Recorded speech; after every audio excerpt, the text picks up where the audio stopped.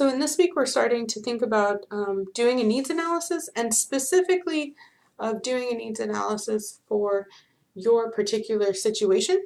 And when I say situation or scenario, I just mean in the class that you have chosen, which you do have to make final this week.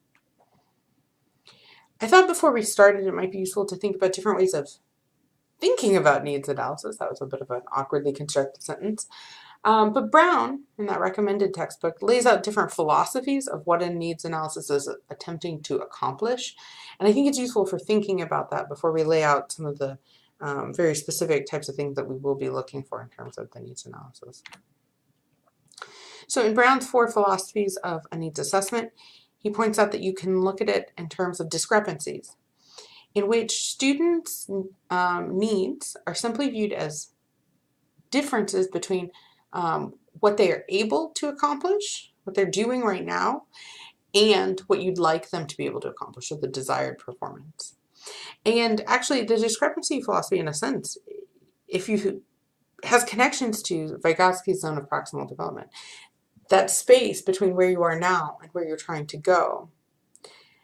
However, Vygotsky said the main way to do this, of course, is through interaction, and I'm not disputing that. In the discrepancy philosophy of needs analysis, though, they're just trying to figure out what is that space between what they can eventually accomplish with practice and what they're currently doing now. In the democratic philosophy, a need is defined as any change that's desired by a majority of the group involved. Now, we rarely see democratic philosophies in education for young students. We do sometimes you see it in the Montessori types of education. However, rarely do students get to say, here's what I think I need, or here's what I want, and that determines the actual curriculum for the class. However, it is more common in adult education, where they already have more control over their life, they're not being forced to be there, things like that. However, it could be a part of what you're trying to accomplish. So if you would like to add in more of following what students want, what they think their needs are, you could do that. And in analytic philosophy, the students naturally learn next what's based on what they know already. So in child first language acquisition research and even some adult second language acquisition research, we know that certain aspects of the language tend to come first, then second, then third. This is probably more common in child first language acquisition really than adult second language acquisition, but this stuff is still there. These ideas are still there. And in analytic philosophy then, your goal is to simply figure out what stage students are at so that you can take that like natural process and try to create your lessons to smoothly guide students through that natural process. And then in a diagnostic philosophy, we're back to kind of the triage approach. And actually there's some connections between the diagnostic and the discrepancy philosophy. Both of them want to know what the student doesn't have. However, the diagnostic philosophy wants to identify the most harmful things that if they're missing, students will really be at a disadvantage. If they're missing, students will be at a disadvantage. And the diagnostic philosophy wants to identify those so that they can address those. Okay, so here's the pause button if you want to pause once I read the question, of course, so that you can think about this if you would like. In what ways does each philosophy help us understand the purpose of a needs analysis? And in which ways does each prove limiting or even harmful? And which resonates the most with you? Why? So if you want to take a second, I do think it would be helpful to think about which one makes the most sense to you at the very least. You can pause the video here and pick it back up once you've had a chance to think about your answer.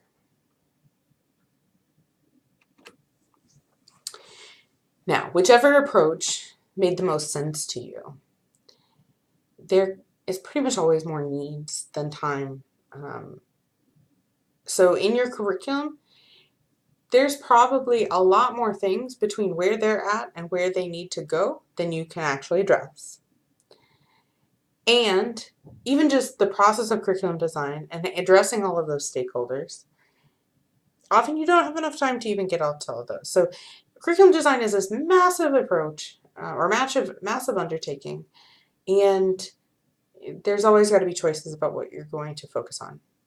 And actually, this might serve as some relief to those of you who in week 2, and I've just been reading your forum post for week 2, we're concerned about, to what degree are we expected to be able to pull off an entire curriculum in a semester? And don't worry, you're not expected to pull off an entire curriculum. Instead, my goals for you for this course is that you have a chance to try to make decisions at every single level, and you understand the complexity of making those decisions at those levels, even if it's not at the greatest depth, right? So I do want to see some depth. I'm not saying it's going to be easy work. There is a lot to do this semester, but it's less about designing an entire curriculum and more about understanding the processes, so that if you have to do it later, you understand how to carefully and systematically approach a curriculum design. Okay, so we're saying you have to prioritize. It could be a kind of a triage sort of system. You could focus on the natural learning process, giving a certain amount of time to each thing, but somehow you have to limit what you're trying to accomplish, because there's almost always less time than there is stuff you'd like to do if there was unlimited time. Now, as you're starting to think about your needs analysis, the one that you're going to conduct, there are some starting information that you need to gather. You have to understand what has been done before and what you're working with before you can even start. So the first question you need to find out is, has a needs analysis ever been done before, and can you find or see the results? If it's been done before and you can't see the results, obviously that's not very helpful, but it does give you some background to knowing that something's been done before. But the goal here would be, if possible, to actually see what someone else has done before. And you might see what they found, as well as weaknesses in terms of how they collected data that you could improve upon in your own design. The next question is, does the program have an established curriculum? What does it have just in general? So are teachers given a textbook, right? Are teachers given example lesson plans? Are teachers given a syllabus for the basic things they need to be accomplishing each day? Are they thrown into it and given access to a website with materials? What do teachers have? Okay. And to what degree are the decisions that have been made firm? So for example, if the teachers have been given a textbook, was that textbook chosen kind of for now because it seems like a reasonably good option and administration might be open to changing it? Or has maybe someone powerful in administration decided this is the best textbook ever and teachers are going to be teaching with that for a while with no choice? You need to know this kind of information before you begin, because if you cannot change the textbook, you've got to work with it. If a needs analysis has been done before, you might not be starting from scratch. So you need to find out this before you even begin, because it informs all of your later decisions. And we are taking a little bit of a waterfall approach. Some of you noticed that we're going to try to move smoothly from each decision. I don't consider it to be a true waterfall because I believe the process to be recursive, and you might not be able to do every stage right now perfectly. It might be something that you want to do later and come back to. But we're kind of following that general premise. So the very first step is figuring out what they've done before. Now, your language curriculum design textbook then breaks it down into, when you're doing your needs analysis, you need to know student necessities, wants, and lacks. Now, necessities are the required knowledge that your students need to have by the time they exit the class. Now, this, of course, echoes some of the things that we just talked about with Brown, but they break it down a little differently, so we're going to talk about it. Now, when they're talking about required knowledge, it's not like required knowledge for life. They're trying to make it much more specific. They're saying if the student is going to take a class after this, if there's a sequence of classes, what do they have to know to be successful in that class? If the student is taking this as like a job preparation course and they're going to take a job after, what do they have to know to be successful in that job? Those are the necessities. Now, necessities are not always everything that a student would like to learn in a class. Now, just because it's a want doesn't mean that we end up having to address it in curriculum design, but sometimes students have reasonable wants that correspond with what we already consider to be necessities. So, for example, let's say that um, as a job preparation course, students need to learn terminology to be able to discuss the complex mechanical processes happening at whatever factory or position they're holding. And the students say, well, that's great. We'd also really like to learn how to chat with the people that we're working with. Now, if you think about it, it's a want, and it might not have been identified as by the employer as some kind of required knowledge, but it's probably going to make them more successful in the position and more likely to stay in the position. So those actually don't necessarily present drastically opposite ends of a spectrum. They could all form together to be one coherent class. However, it's the wanting to be able to chit-chat is more of a subjective need than required knowledge that they have to have. Now, the final one, and I reordered these slightly, is once you understand what students absolutely need to know by the end of your class and what students would like to know by the end of the class that you're designing. If you're taking kind of that discrepancy philosophy, then you also have to know how much stuff is in between that and where they are now. So you need to know their present knowledge, which enables you to understand what they lack from the necessities and wants categories.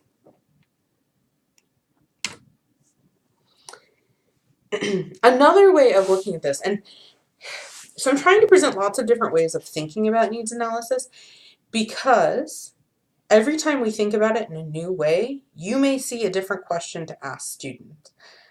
So at any point during any of these videos or any of these discussions, feel free to pause and jot down a question if you think of one that you want to ask students. But okay, continuing on. And this is slightly outside of the framework of necessities, wants, and lacks. But this is another way of thinking about the different types of needs. So you could have situational needs versus language needs. Situational needs could mean, for example, if you have a class for children with special needs that maybe have some kind of physical handicap, the types of activities you are asking them to do might be different, right? They might have different needs. You also might have different social and psychological needs of children. Children that, maybe don't have great emotional stability or control of handling their emotions might have different needs than students that have developed those skills.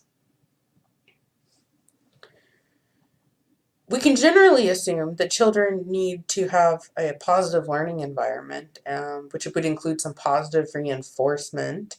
We could generally assume that children would like to be somewhat engaged in their lessons, but beyond that, it might be somewhat particular. You might have to look at specific situational needs. In terms of the language needs, now this is specifically for ESL. Obviously, if we were talking about teaching science, we would be talking about science needs. But for this course, since we're talking about ESL, we're talking about language needs. Now, if you are doing a project, I know that at least one of our students, Ayla, is going to be working on developing a linguistics course, then we would be talking about linguistic needs, right? Just keeping that in mind. Students have language needs then, in which they have targeted linguistic behaviors that they must ultimately acquire. So maybe they need to be able to learn to make requests or give responses to requests. Maybe they need to learn how to conduct business negotiations. Maybe they need to be able to read academic texts. Whatever it is that they need, that's considered the target linguistic behavior that they've got. Another way of breaking it down would be objective versus subjective needs. So, and this fits a little bit into wants versus perhaps need. So in the other framework, it could be the wants versus necessities in a sense. But the way that this is slightly different is kind of what you're basing those needs on. So the objective would be observable data based on the situation. So did you go observe the class, maybe using a rubric to figure out the different things that are happening or aren't happening in the classroom? Did you pull up learners' test scores? Did you pull up learners' surveys? Are you basing it off of something with like numbers where you have proof that this is something that they need, basically, based off some kind of data analysis? On the other hand, the subjective needs, often we can't tell those unless we just ask someone and then they provide us their perspective. So what do students want? What do students desire? No test score is going to tell us that. Right? So it's a little different in the way that they approach this one.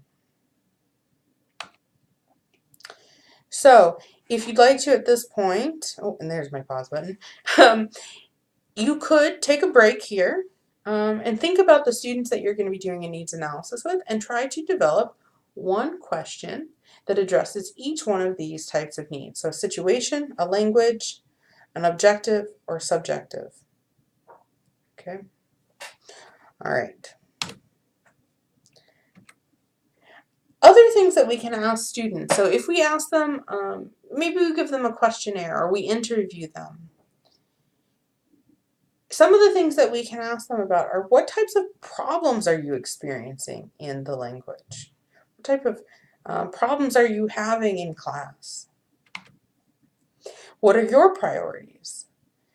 Now, if you're worried that students would say something like, I really want to be able to listen to music in English, and you don't think that that would be something that would be course appropriate, you can actually guide these questions a little bit and give them like checklists. So for example, you could ask them, if it was, for example, a 4 skills ESL course, which one of these do you think is most important for you? Listening, reading, writing, speaking.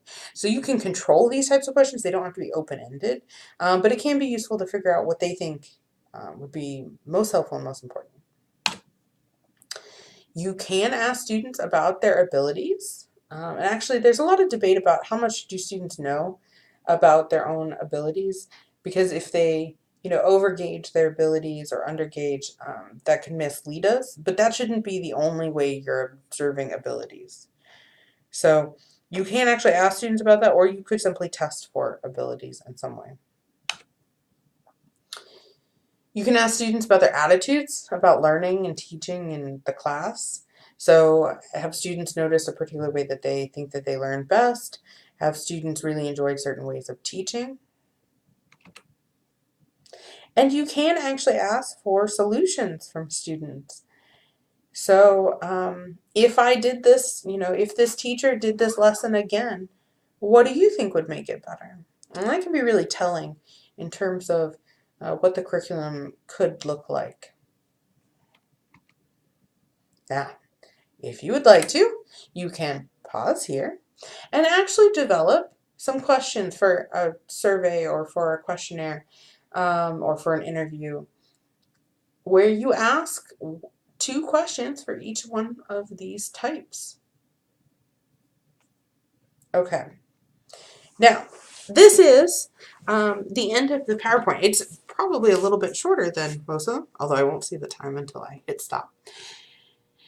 But the point as we start to transition moving forward is for you to start doing some of this work of creating the questions that you want to do in your needs analysis or doing your own environment analysis.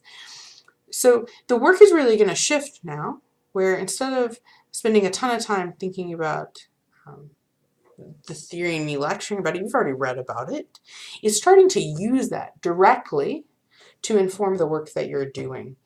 So hopefully you stopped along some of these points and thought about what kind of approach you want to take and what some of these questions are going to be. If you haven't, you'll have a chance to in the forum. But think about that as we continue through. If you have a chance to think something through now, it makes everything easier later.